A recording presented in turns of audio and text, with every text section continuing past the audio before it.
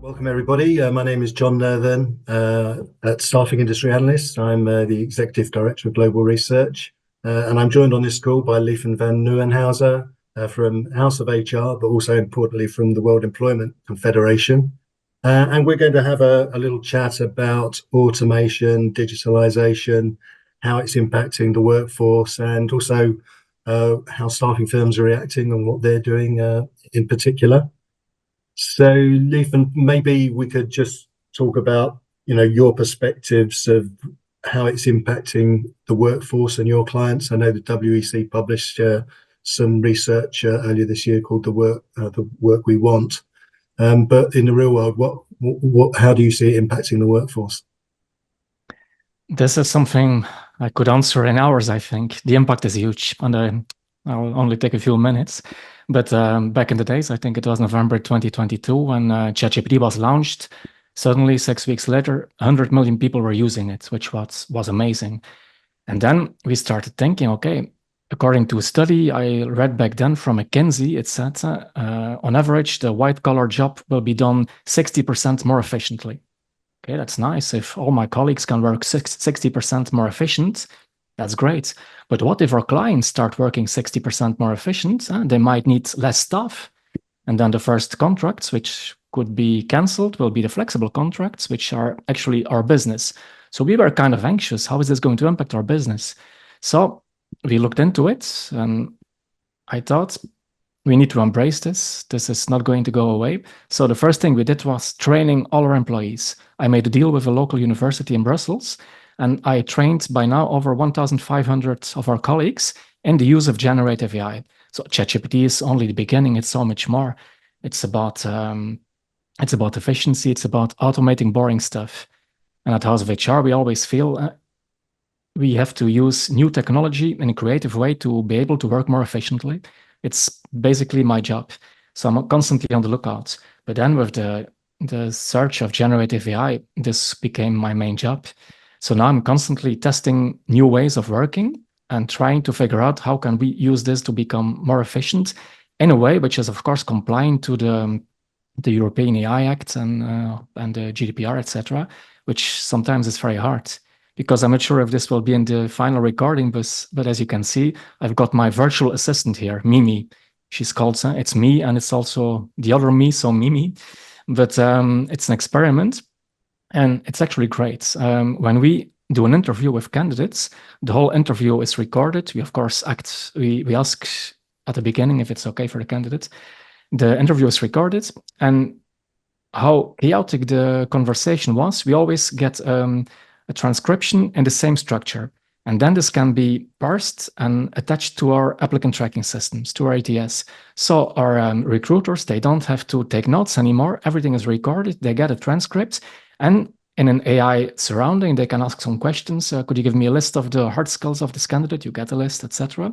But also things like name, surname, licenses, etc. are structured and are added to the applicant tracking system.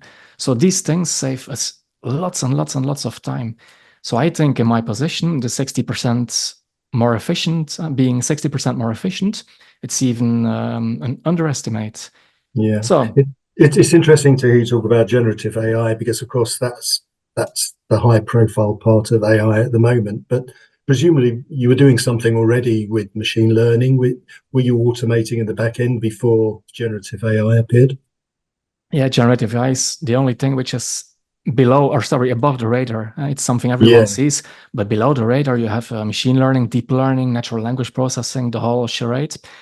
And that's something which is more for IT departments. They have to make sure that when we use machine learning, for example, to create better shortlists, let's say you upload a vacancy, then you get a shortlist with fitted candidates. And then the system will know who was hired in the end. So it starts learning which candidates are better than others. But that's a very risky business because we don't really know always what's in the black box. How is this AI system working? How is, when you're using machine learning, you have to be very sure you're not training a system to become discriminative. Right, of So course. that's something we're constantly aware of, or we have to be aware of. Yeah, and you said you were training your own staff, of course, but I was wondering, we did a digital workshop at one of our conferences in the US quite recently, and we asked the people who took part in the workshop to identify the skills that they thought the ideal recruiter would need in 2030. And of course, they talked about a lot of tech skills, about being tech savvy, understanding digital marketing, being aware of cybersecurity, being data literate. But they also were interested in making sure that in 2030 they were hiring people that had all those traditional recruiter skills. So they didn't go away. It was networking ability, it was connecting with clients, understanding client needs, sales skills. So it's not like this technological revolution is necessarily going to transform the role of recruiters completely. It seems like some of the traditional skills will still be needed, and maybe they'll be even more valuable.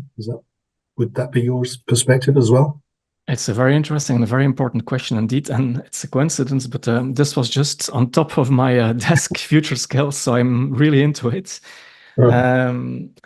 But I think common sense will be one of the top skills needed. It's very basic, but this will make the difference, I feel. There are so many things which can be automated, but something like common sense just is something you have. And also, you have to feel people. That's something which AI really can't take over. You have to sometimes use your gut feeling. I always say, when a client of mine is asking for an engineer with a specific degree, a starting recruiter will make sure the candidates he's going to propose are exactly what the client asked. A very experienced recruiter will say, okay, this person doesn't actually have a degree, but he has 20 years of experience. I'm sure he can do it. And an experienced recruiter will have the confidence to propose someone who doesn't totally fit into the description, but will be able to manage the job. And this is something I still feel experience is something invaluable. That's also a skill, becoming experienced in something. Yeah. I do. One of the stats I find surprising looking at SIA data, we ask staffing firms every year what the impact of automation is going to be on their staffing levels. And you might expect that given the increased investment that everybody's making in technology, that there would be fewer people working for staffing firms. But that just doesn't seem to be the case. In fact, when we get the data, it's the same amount of people are reducing their workforce as are planning to increase their workforce. So how would you account for that statistic?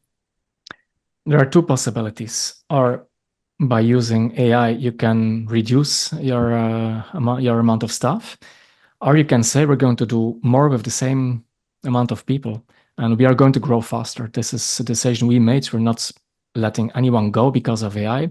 My CEO, Rika, always says, no carpenter was fired because someone invented the drill. They just became more efficient. And that's exactly what we are doing. AI is changing everything, but it isn't taking jobs away. Maybe some jobs are going to disappear, but the people doing these jobs will be reskilled and will just smoothly transition to something else. I don't think we fired one single person because of AI. Right. No? Yeah, well, it's going to be interesting to see whether that remains the case. You know, how good does technology get, and how much more investment will staffing firms make, and can they afford to make that level of investment and still sort of retain their staff levels? It will become extremely efficient. Just one single example. I'm experimenting now with AI powered digital twins. So I created my own twin, which is connected to ChatGPT, and it can answer all kinds of questions. I recreated some kind of a hologram, and people can train their applications. So you just create a virtual recruiter, and we can put someone in a room, one of our candidates, and say, okay, within an hour, you have a talk with our client, but practice first. And they can actually ask all kinds of questions to the recruiter. The recruiter is going to ask all kind of questions to them, and they become more confident by practicing.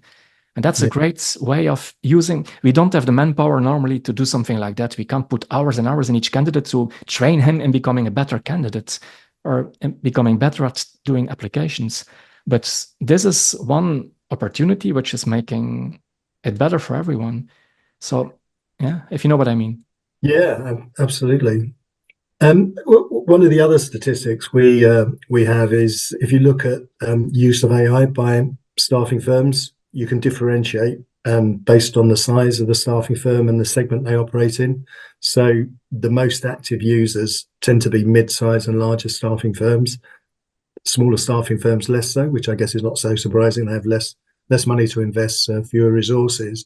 I guess you're in the mid to large range within your company. So do you think that the way the market is going to shape up, we're going to see the bigger firms stretching ahead and having an advantage over smaller staffing firms? I think the mid-class have the best cards because in my experience, and this is definitely not science, it's just my experience, the biggest companies, I'm talking about, you know them, the biggest companies, they became sometimes too rigid. And when some brilliant young guy has a great idea, it takes just too much time to convince the people at the top. In a mid-sized company, the communication lines are shorter, it goes faster. And we have a revenue of 3.8 billion now, which makes us, I think, a large company, but still in a mid-sized scale. We have 6,000 employees, but they all know how to reach out to our executive committee, and things go fast for us. But in my experience, the bigger you get and the more rules you have to follow, it's always slowing things down. So I think, as you said, the smallest companies maybe don't have the assets to do it as they should, and the biggest one will be too slow. But that's my feeling. And I just wondered, I mean, have you seen any impact on demand from your clients in changing roles, more demand in certain categories because of the shift, changes in the workforce caused by AI? I know your company operates in a lot of business segments, so you've probably got a good overview of that. I don't have the hard numbers now, but just my experience in it. For example, first line help desk is going away fast. Conversational AI is taking those jobs at a very high speed now. British Telecom, for example, has fired, and we're not active in the UK, but I read they're fired plenty of people who used to be the first line help desk, and they replaced them with a conversational AI system based on phone calls and also chatbots. These jobs are going to disappear. Second line will stay. Once the chatbot can't help the client out, someone is asked to step in. But also translations, all these kind of jobs are going away. People are still in denial, but someone who's just graduating in languages, those people won't find a job in their own sphere, I'm afraid.